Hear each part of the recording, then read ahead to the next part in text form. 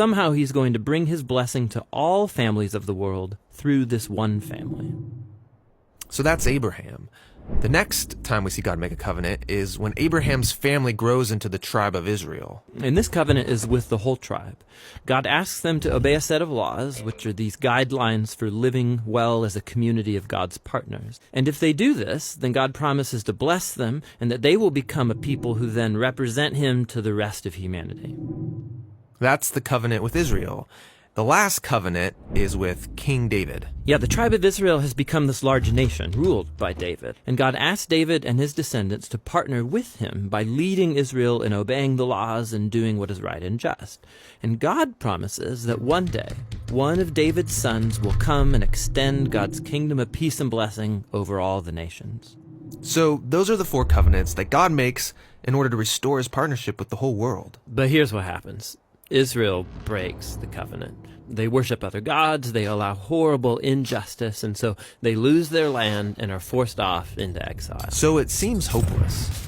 But during this time, Israel's prophets talked about a day when God would restore these covenants in spite of Israel's failure, somehow. Yeah, they called it the New Covenant. And this is actually what's so interesting about Jesus, is that he's introduced into this story as the one who fulfills all of these covenant relationships. We're told that he's from the family of Abraham, and so he will bring the blessings of that family to the whole world.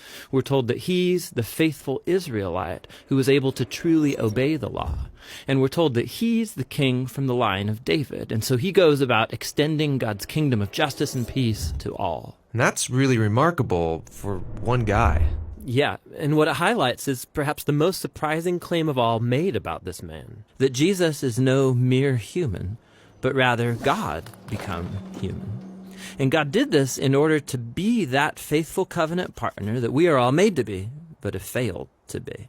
And so through Jesus, God has opened up a way for anyone to be in a renewed partnership with him. So Jesus calls people to follow him and become part of this new covenant family. And despite their failures, Jesus is committed to making them into partners who are becoming more and more faithful.